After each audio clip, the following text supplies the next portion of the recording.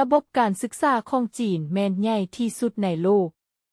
นักศึกษาที่เรียนอยู่จีนกวมเอาประมาณ20%ของทั้งหมดของโลก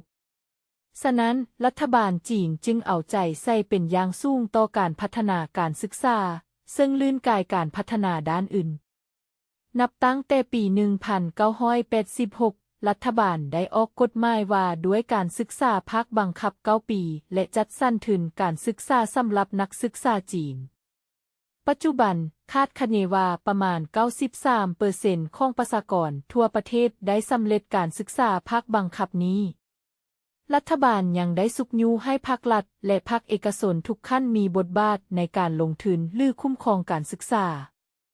ระบบการศึกษาของจีนแม่นคล้ายคือกันกับสหรัฐฝรั่งไทยและประเทศอื่นเฮ็ดให้มันสะดวกสำหรับนักศึกษาต่างประเทศที่จะมาศึกษาในประเทศจีน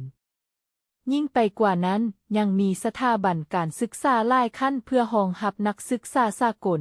โดยเฉพาะอยู่ตัวเมืองใหญ่ของจีนเช่นปักกิ่งเซี่ยงไฮ้กวางโจวและเซี่ยงไฮ้